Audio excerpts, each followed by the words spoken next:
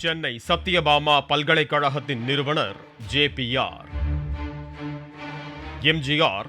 முதலமைச்சராக இருந்த காலகட்டத்தில் சென்னை மாநகர குடிநீர் வடிகால் வாரிய தலைவர், தமிழக சட்டமன்றத்தின் மேல்சபை உறுப்பினர், தமிழக மீன்வளத்துறை இயக்குனர் உள்ளிட்ட பொறுப்புகளை வகித்தவர் ஜே.பி.ஆர். 1987 எம்.ஜி.ஆர். மறைவுக்கு பின்னர் அரசியலிலிருந்து விலகி சத்யபாமா பல்கலைக்கழகம், பனிமலர் பாலிடெக்னிக், ஜே.பி.ஆர். இன்ஜினியரிங் காலேஜ் உள்ளிட்ட ஏராளமான கல்வி நிறுவனங்களையும், டயர், மெட்டல், சிமெண்ட், பால் உள்ளிட்ட பல்வேறு தொழிற்சாலைகளையும் தொடங்கிய ஜே.பி.ஆர். கடந்த ஆண்டு ஜூன் மாதம் 18ஆம் தேதி காலமானார். அப்போது அவரது சொத்து மதிப்பு சுமார் 3000 கோடி ரூபாய் என்று தெரிவிக்கப்பட்டது.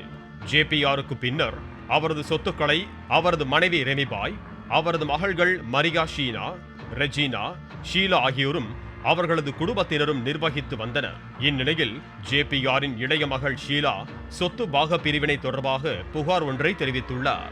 அதில் தனது தந்தை ஜே.பி.ஆரின் சொத்துக்களை முறையாக பங்கீடு செய்யாமல் 2 கல்லூரிகளை மட்டும் தனக்கு கொடுத்து ஏமாற்றியதோடு வீட்டை விட்டு வெளியே செல்ல விடாமல் தடுத்து பழைய மகாபலிபுரம் சாலையில் உள்ள வீட்டிற்குள் பூட்டி சிறை வைத்துள்ளதாகவும், குடிநீரின்றி தவிப்பதாகவும் பரபரப்பு குற்றச்சாட்டுக்களை தொலைபேசி வாயிலாக தெரிவித்துள்ளார் ஷீலா.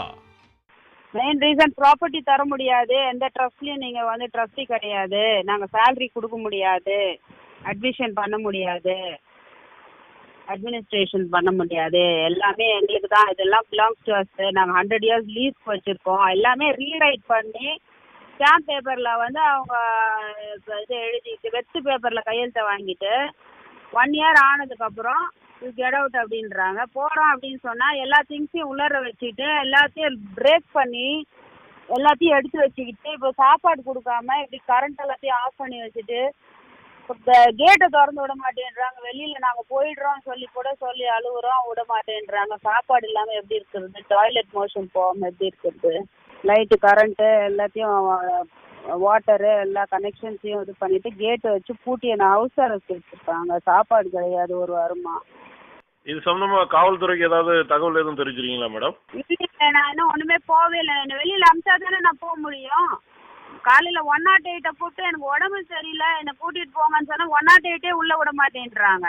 வேற எப்படி வெளியில வருது? நான் போய் ஃபைல் பண்ணும், சூட்டாவது நான் ஃபைல் பண்ணலாம், கேஸாவது ஃபைல் பண்ணி போலீஸ்லயாவது நான் போகலான்னா அதுக்கும் என்ன அலோவ் பண்ண மாட்டேன்றாங்க.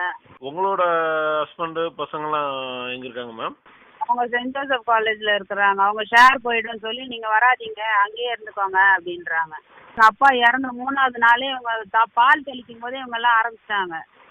நான் அப்பவே மீடியா உள்ள வரக்கூடாது, பாலிட்டிஷியன்ஸ்க்கு தெரியக்கூடாதுன்னு சொல்லி நான் பேசாம இருந்ததுக்கு எனக்கு இந்த தண்டனை கொடுக்குறாங்க.